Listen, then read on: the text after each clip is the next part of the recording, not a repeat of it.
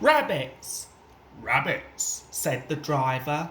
What do you mean, rabbits? Asked Thomas. His driver laughed and pointed ahead. Beside the line near the airfield station was a post with a white disc on top. The disc had a red circle round it and a black number 10 painted on it.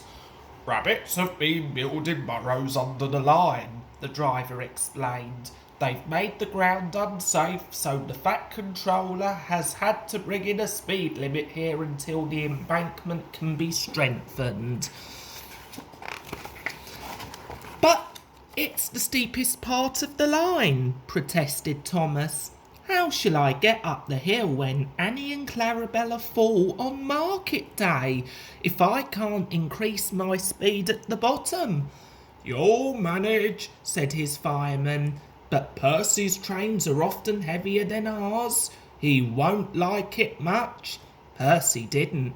One day he stuck halfway up. Daisy had to wait at the station at the top while Percy's train was divided and brought up in two sections. The sooner the Fat Controller does something about those rabbits, the better, all the engines agreed. Then they heard that work was to start. While repairs were being done, Thomas was to run to the station at the top of the hill. Bertie would then carry the passengers to the airfield station and Daisy would take them to the junction. The day before the line closed, Thomas was taking Annie and Clarabelle down the hill when he felt the rails quiver under his wheels. Help! exclaimed Thomas. Suddenly, the left-hand rail tilted. There was a crunch and his wheel settled on the ballast. Luckily, Thomas stopped moving before Annie and Clarabelle came off the rails too. The guard went back to the station to telephone for help. Percy was shunting when the call came through. You can't take those trucks to the harbour now that the line is blocked, said the station master. Please take some workmen, bring Annie and Clarabelle home, and then help Thomas. Thomas was glad when Percy arrived. While Percy took the passengers back to the station, the workmen unloaded their gear and prepared the site. The ground's unsafe for a crane, even if we had one, they said, and we can't just pull you out because that will only damage more of the line. We shall lift you on jacks, Thomas, so that we can slide rails underneath your wheels. Then Percy can pull you back onto the firm rails. We hope, they added.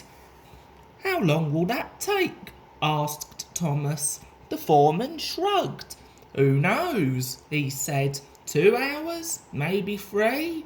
Slowly, with a jack at each corner of his frame, they lifted Thomas until they could slide lengths of rail laid on their side under his wheels. Then, very gently, he was lowered onto the rails. A strong cable was fixed to his coupling, and the other end was fastened to Percy.